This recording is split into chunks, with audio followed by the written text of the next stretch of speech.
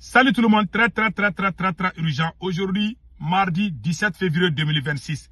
Les terreaux viennent de choisir Imam Mahmoud Dicko comme médiateur.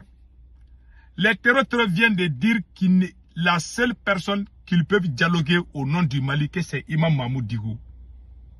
Donc, en bon français, les terreaux se sont unis. Tous les terreaux qui, c'est-à-dire que tous les groupes armés, que ce soit les rebelles, les terreaux, ils se sont tous mis d'accord pour choisir Imam Mahmoud Dicko comme leur, et comme on a pour dialoguer avec qui ils vont dialoguer. C'est Wassim Nasser qui l'a dit. Je vous laisse écouter et je vais vous donner des explications. Qu'est-ce qui se passe réellement? Des opposants, des hommes politiques sont en prison, donc il ne reste que l'opposition à l'étranger qui essaye de s'unir à travers le CFR et l'opposition, disons, armée. Donc les FLA, le mouvement du Nord, donc qui regroupe Touareg, Arabes et d'autres ethnies, mais qui est à majorité, disons, Touareg, mais aussi le JNIM. Donc le JNIM, la filiale sahélienne d'Al-Qaïda. Donc pour le moment, à l'heure où on parle, donc l'imam Dicko est la seule personnalité, disons, malienne, acceptée et respectée par tous les partis, y compris le JNIM, qui accepte son rôle de médiateur avec les autres oppositions. Donc c'est ça la subtilité de la... Y compris le JNIM qui accepte son médiateur. Voilà. Qui a son rôle comme médiateur, je m'excuse. Sahélienne d'Al-Qaïda. Donc pour le moment, à l'heure où on parle, donc l'imam Dicko est la seule personnalité, disons, malienne, acceptée et respectée par tous les partis, y compris le JNIM, qui accepte son rôle de médiateur avec les autres oppositions. Donc c'est ça la subtilité de la construction qui est en cours. Donc le JNIM, qui est l'acteur militaire dominant, l'accepte comme garant. Et pourquoi c'est important? Parce que c'est le JNIM qui donne le là. C'est pas l'opposition politique. Et on est dans une sorte de d'équilibre des forces entre tous ces acteurs qui trouvent un intérêt aujourd'hui à se réunir. Juste une parenthèse, le JNIM donne le là parce qu'il impose un blocus encore à Bamako. Parce que c'est la force militaire qui impose ses choix au Mali, que ce soit autour de la capitale ou dans d'autres régions. Par exemple, juste une petite anecdote, c'est une très bonne question. On s'est tous étonnés de l'imposition du voile par le JNIM, par exemple, pour les femmes qui sortaient de Bamako dans les bus. Mais après disons, recherche de la raison qui a mené à cette prise de décision, qui peut être très peu populaire. Donc, voilà ce qui se passe au pays. Donc, les JNIM choisit Imam Mahmoud Dicko comme médiateur. Ce n'est pas la première fois que les terreaux disent ça. Imam Mahmoud Dicko a été médiateur plusieurs fois entre l'État et les terreaux. Parce que les chefs terreaux qu'on appelle Iyad Agali était l'intime ami de Mahmoud Dicko, Imam Mahmoud Dicko, avant qu'il n'abandonne sa maison même là. J'ai même appris que c'est Imam Mahmoud Dicko qui avait la clé de la maison là. Iyad Agali était un ancien ambassadeur du Mali en Arabie Saoudite. C'est là-bas où il a commencé ses bêtises là-bas. C'est une preuve pour montrer au monde entier que le Mali ne fait pas de discrimination. La peau blanche, la peau noire, non. Iyad Agali est un Touareg du nord du Mali que nous avons nommé comme ambassadeur du Mali en Arabie Saoudite. C'est quand lorsqu'il est parti là-bas qu'il est gâté. Donc, le JNIM veut que Imam Dicko les représente. Imam Dicko a fait ça, je pense, en 2016 ou 2017. Il a fait beaucoup de médiations. Imam Mahmoud Dicko a fait beaucoup de médiations, ça il faut le dire. Ce vieux-là, vraiment, il a travaillé. Imam Dicko a beaucoup travaillé, ça il faut le dire. Bon, ça c'est un. De deux, même quand j'ai même appris que la promotion de Assimi Goïta, c'est Assimi Goïta lui-même qui était dedans, avait été arrêté par les terreaux.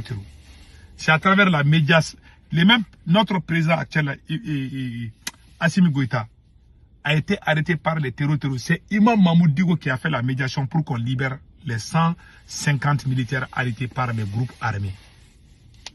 Donc ce n'est pas quelque chose de nouveau où il faut s'étonner, comment ça peut se faire. Imam Dicko, c'est à cause de ça que Ibeka avait créé une structure qui s'appelle Mission de Bon Office.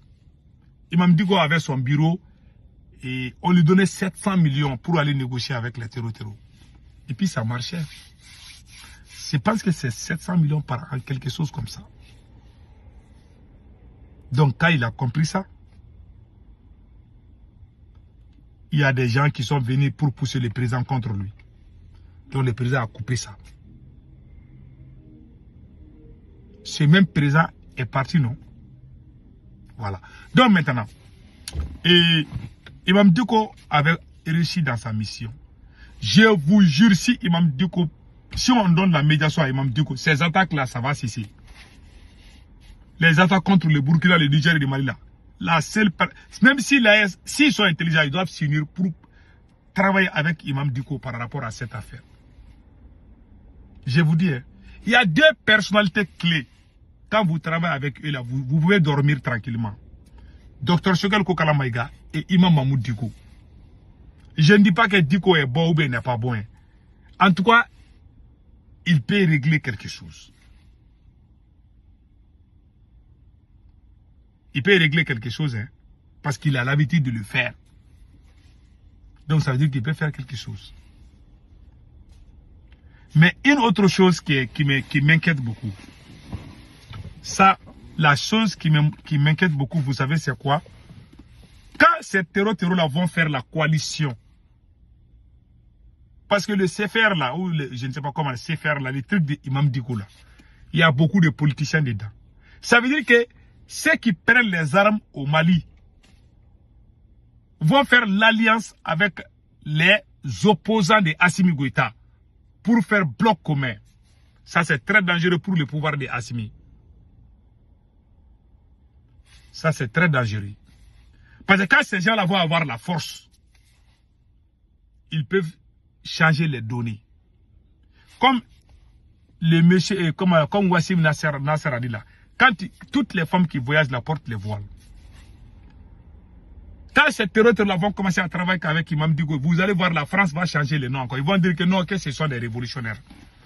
Ils changent de nom, hein, c'est eux qui vont changer leur nom. Ils vont leur donner un nouveau nom que nous-mêmes on ne connaît pas. On va aller chercher l'essence du mot même dans les dictionnaires. On ne va pas trouver. Voilà le problème.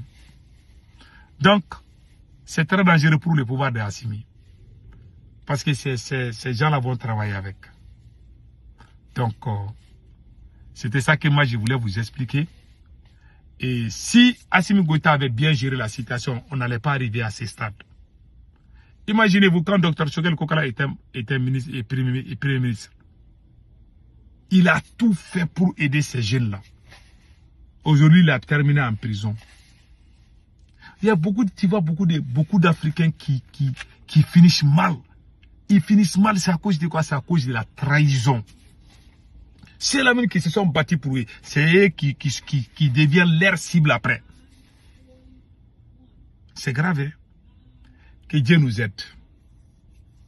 Nous, on a libéré, quand Dr Choguel Kokala Maïga a été pris, on a libéré presque toutes les villes. On cherchait même les terroristes. Aujourd'hui, les terroristes sont partout.